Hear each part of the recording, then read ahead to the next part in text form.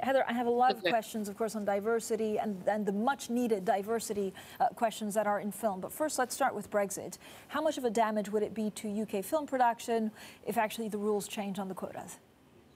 Yes, of course it would be damaging, and our relationship with Europe has been historically very strong and very collaborative in terms of how films and television series have been developed. I think we're all trying to grapple with a sort of post-Brexit universe, as well as, of course, the impact of COVID, which is shifting so many paradigms across different markets. So I'm sure we will all engage in as constructive a conversation as possible.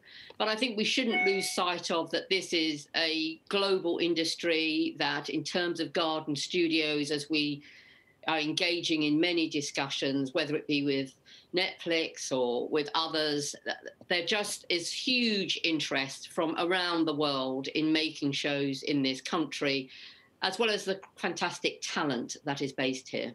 Yeah. Are we giving enough opportunity to emerging talent, to diversified talent, Heather? And actually, if we look at the last 14 months, has it made it easier or much more complicated for these, very important but different voices to come at the forefront? I think ensuring that our industry is diverse and inclusive is our #1 priority. At Garden Studios, we house a film school which has a whole range of students from around the world, and diversity sits at the heart of our educational endeavour and what we want to see play out at Garden Studios.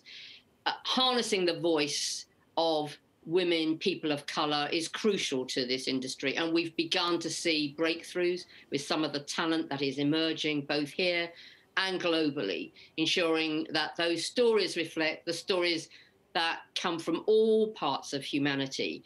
We have to, though, really focus on this. We have to make sure that we improve the education, the training, the support, but also open up our industry to these new voices. And there are many initiatives underway with broadcasters, with production companies, to try and ensure that we really capture those voices going forward.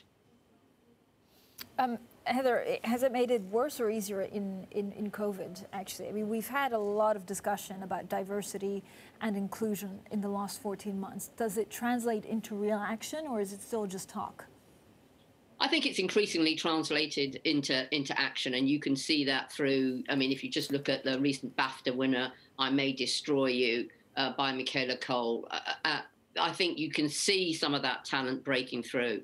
And there's increasingly encouragement by the broadcasters. We work very closely with the broadcasters as they open up their commissioning, as I said, to new voices. Now, there's still a long way to go.